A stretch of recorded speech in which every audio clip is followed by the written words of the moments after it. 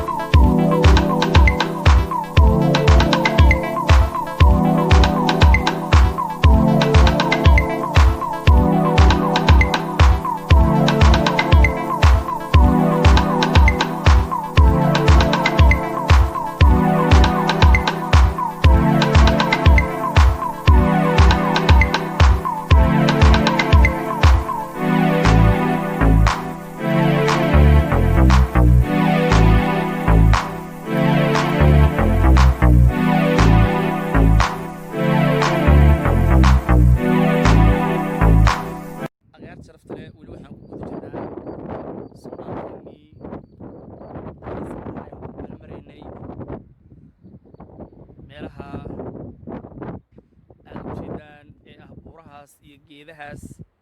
iyo baddaas jamalladaas aa ujeedaan maasha allah weli waxaan ku guda jirnaa safarada dalxiiskeenna ku guda jirnaa markaas aa ujeedaan dhirirkooda markan baxreyn aad ujeedaan oo aan sii kori doono jirnaa soomaaliyadeenna safarkeenna idinku tusayno meelahaadnan arkin maqal bis idinku soo gaari jireen waxaan jecelnaa mar walba inaan idinku soo gaarsiino aragti maqal intaba maasha allah marka waxaan idin leeyahay nala socod wanaagsan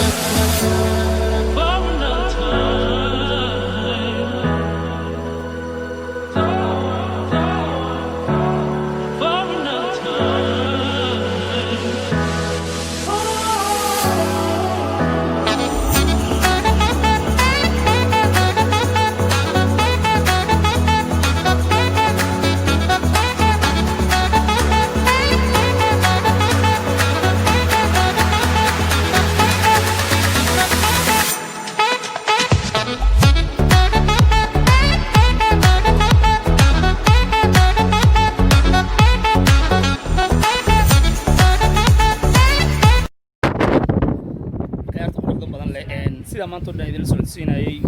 oo idin dhahayay maanta safarkeena wuxuu gaarayaa ilaa meesha ugu dambayso ee dalkan Koonfur Afrika ama South Africa hadda waxaan maqli jirteen adduunka meesha ugu dambayso laakiin maanta waxaan joognaa South Africa meesha ugu dambayso ee ayad quraanka ay ku sheegtaba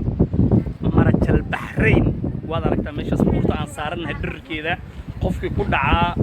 ma ahaad waa meesha ugu dambaysay waxaan joognaa meeshaasaan joognaa maasha allah tabaaraka allah khayrteena quruxda badan le mar walba waxaan jeclahay inaan idinla socodsiiyo hal walba meel walba aadnan hore u tegin ama aadna aqoonin inaan idinla socodsiino hal mar waxaan tagtaa meesha adduunka ugu dambayso meesha ugu dambaysa inaan maqalno oo ah marjal Bahrain waa kaas asxaabteeda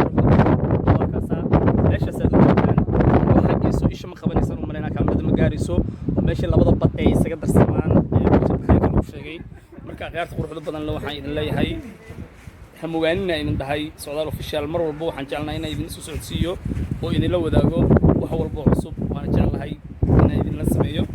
insha Allah tabaaraka Allah waxaan ku dhaafayaa assalaamu calaykum waraxmatullaahi wabarakaatuh